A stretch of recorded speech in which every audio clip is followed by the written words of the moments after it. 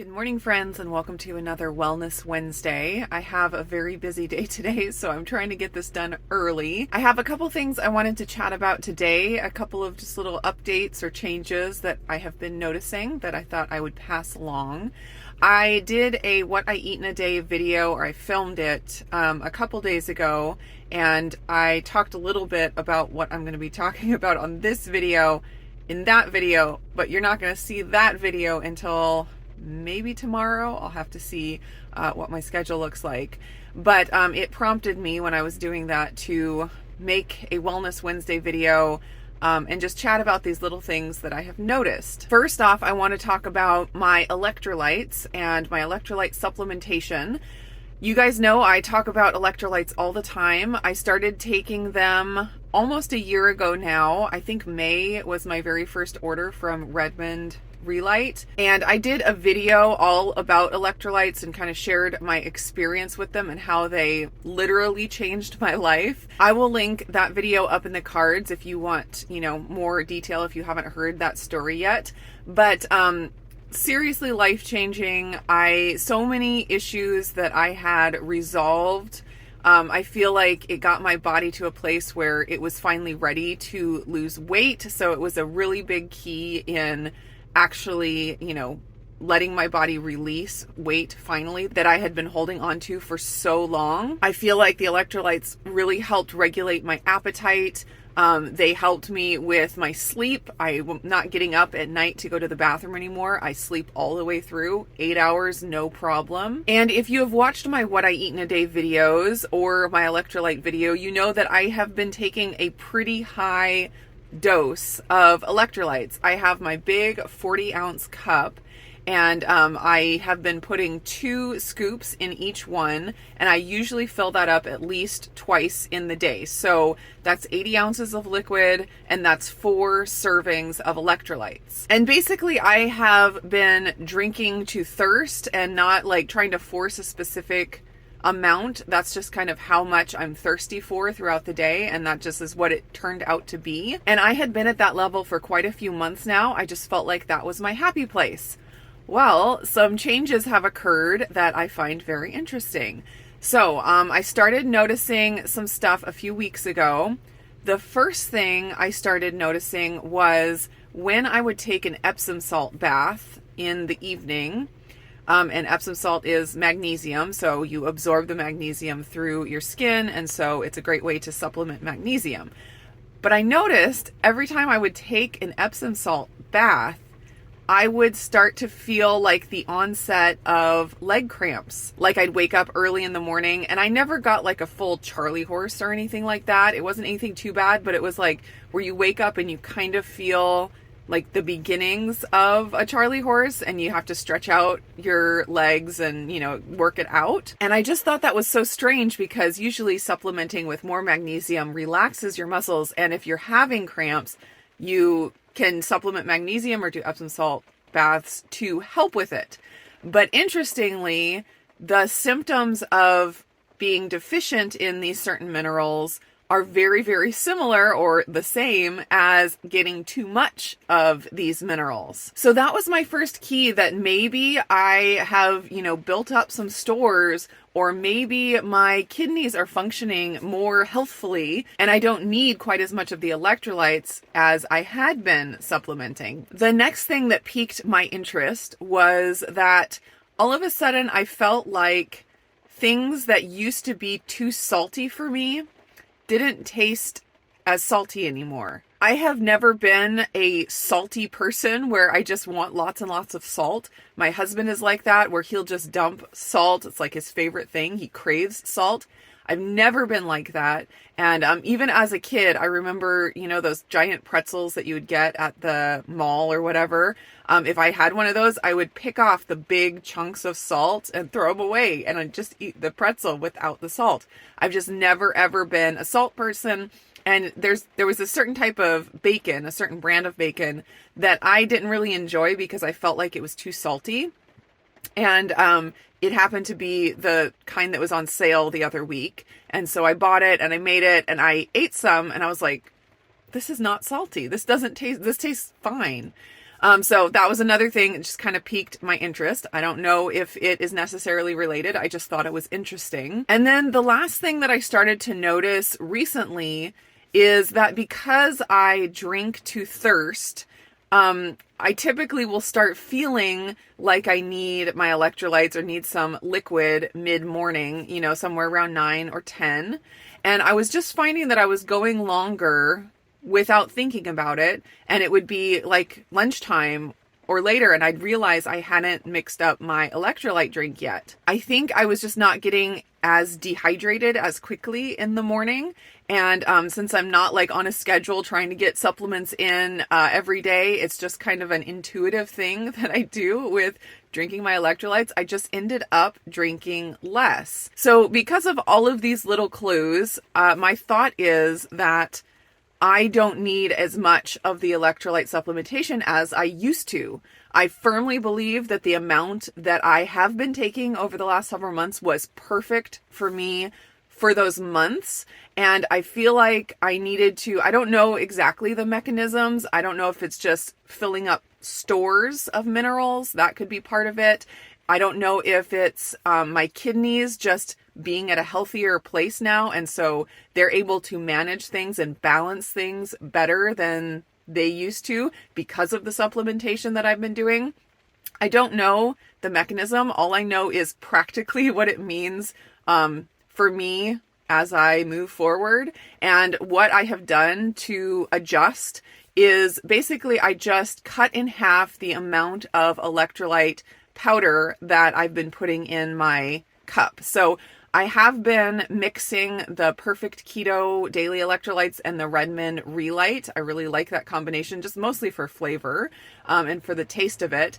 But I was doing 1 scoop of each in my 40-ounce cup, and I've just cut that in half. So I'm just doing half a scoop of each in my 40-ounce cup. So my hope is that I will continue to drink the same amount of water. Since I do drink to thirst, it may not work out that way, but instead of just drinking less of the stronger electrolyte drink, I'm trying to just dilute it a little bit. So I'm getting less of the electrolytes, but still a lot of water. So that is what I have done. And it's been almost a week, I think, that I have reduced my electrolytes, and no calf cramps, nothing like that at all. I'm just feeling really good and balanced, and my muscles, feel like they're balanced and good, and that muscle cramp stuff just completely is gone. So I think that's a sign that my body is just doing really well, and that I don't need quite as much as I did when I was more deficient and kind of in a state of dehydration, I think. And I did think that was really encouraging, because I don't love the idea of lifelong supplementation. Of course, I'm open to it if it's necessary. And because our soil and our water are so depleted of minerals, it's totally reasonable that lifelong supplementation of electrolytes would be a great choice, which I do think it will be. I don't know that I will ever get to a place where I don't supplement them at all. I mean, obviously, putting salt on your food is supplementing with sodium chloride. So I'll always do some sort of supplementation, but it was encouraging that I don't feel like I need to stay on that high of a dose forever. And it's just another reminder that what works for you doesn't necessarily work for everyone. And what works for you in a certain period of time doesn't necessarily work for you in another period of your life. So always adjusting, always just being aware of your body's signals, and just kind of working it through and figuring out what your body needs at whatever moment you're in is so, so important. And I hope that my sharing this experience encourages you guys to explore and do the same. I remember that Kelly Hogan, who is a longtime carnivore, she decided to jump on the electrolyte bandwagon because everyone was talking about how incredible they were and how everyone needs to take them. And she decided to test out electrolytes. She was feeling fine, not having issues as far as I remember. and she started taking electrolytes and she started getting muscle cramps. And so it was obvious that whatever she was doing, the way her diet was set up, the way her body was balanced, she did not need the extra supplementation. And so when you hear people say things like, everyone needs to take electrolytes or everyone needs to take this amount of electrolytes, it's just, it really, really depends on the person. Okay, now on to topic number 2 that I wanted to chat about. So a few weeks ago, I showed you my tone device. This is a breath ketone monitor, and it was developed by ketogenic girl Vanessa Spina, and I was excited to support her, and I ordered this to start testing my ketones. I was just curious. And like I said in the video before, I don't think gadgets and gizmos are necessary in order to be successful, very, very successful on a keto or ketovore type diet, but they can be fun. And so I have been playing with the ketone monitor and just seeing where I'm at, seeing what things I can do to change the number, and then just kind of seeing how I feel at different levels. So I kind of had the idea that I would do some little tests and see what effect it had on the numbers, and that I know, what kinds of foods or what adjustments or tweaks I can make to move the numbers on the meter. So I did the BBBE diet for 5 days the other week, and I shared all about that. I will put those videos up in the cards. And I was just curious about what the numbers would do when I was eating more carnivore and higher fat. And interestingly, the numbers did go up.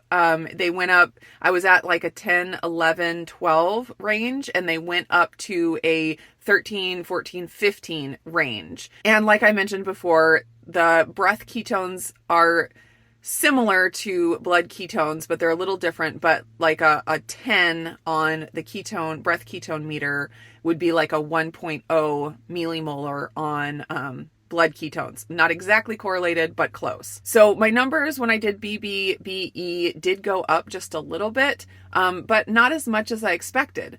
But then the interesting thing beyond that was when I went back to eating my regular diet, my numbers continued going up. So I started seeing like 17, 18, 19. And then when I filmed my What I Eat in a Day video that you guys will see soon, at the end of the day, I tested my breath ketones and I got a 25. And that was the highest I have ever seen. And so that was a couple of days ago in the evening. And then I got another 20 when I woke up in the morning. And then from there, it's been jumping around 17. I did see a 14, I think, this morning. And so it's just been kind of all over the place. And what I'm finding with the ketone meter is that it's not very helpful in figuring out if a certain food or a certain way that you ate during one day was good. I feel like for me, and it might be different for other people, but I feel like for me, I have to eat a certain way for like a week or more before I see if eating that way makes a difference on the meter. I kind of had the idea that I would be able to like add in cheese or something one day and test, in the evening or in the next morning and see what the number was. And then I know if cheese was a great choice or not. But I think what I'm going to have to do if I were, and I'm not planning on doing that anytime soon, if I were to test something like cheese, I would have to eat it for like a week or 2 weeks and then look at the numbers and see what effect it had. So it's less like testing your blood glucose, where you can eat a food and then test like 2 hours later and see if you got a spike or not. I'm finding this is not helpful with that kind of testing. And then I'm also finding that it's kind of difficult to pin down what it is that I'm doing that is affecting the numbers on here. Like I got that 25 the other day. Did I get that because I did those 5 days of BBBE and it got my body into a fat burning mode? It just took a while. Is it because of what I ate that day? And it's really interesting because on Saturday, this past Saturday, which was I think 2 days before I got that really high number, we went to an event for Autumn, who is our high school student, but she's homeschooled. So it was a homeschool, it's like a homeschool dance, not really a prom, but like a formal dinner and folk dancing. And so we ate a meal there. My husband and I went with her, and it was kind of a family event. And the meal that we had was pretty low carb. It was some pork loin and some green beans and some salad. And then they had cheesecake for dessert. And it was a gluten-free cheesecake. If it hadn't been gluten-free, I probably would have not had it. But it was gluten-free, and I was like, this is a special event. And I ate the cheesecake. So 2 nights before I got the highest number I've ever gotten on my ketone meter, I ate a fully sugar piece of cheesecake. And after I ate that dinner, I tested on here and I got a 14. So still in fat burning mode. The next morning, I got somewhere around 13 or 14. So, I mean, if I were testing individual foods, I could see that and be like, well, I'm still in fat burning mode. I guess cheesecake is on the menu again. But obviously I know that if I continued to eat cheesecake, I'm sure I expect the number would go down. I wouldn't stay in fat burning mode if I ate that every single day. So anyways, all that to say is I'm still playing with the tone. And it hasn't been like an incredible eye-opening experience. Like, oh my gosh, now I have all of this information that is going to drastically affect how I make decisions around food. Basically so far, it's just been interesting and I'm still trying to figure it out. So I hope that's helpful for any of you guys who are thinking about purchasing one of these. I'm still continuing to use it. I still find the information interesting. And I am curious to still experiment and see what I can do to affect the numbers. But so far, I'm kind of drawing a blank. So those are my thoughts this Wellness Wednesday. Let me know if you guys have had similar experiences or other experiences with your electrolytes. I know some of you guys do have the Tone device. Let me know any insights you have gleaned from using it and the information you get from it. I'd love to hear. Let's chat down in the comments, and I will see you again in another video.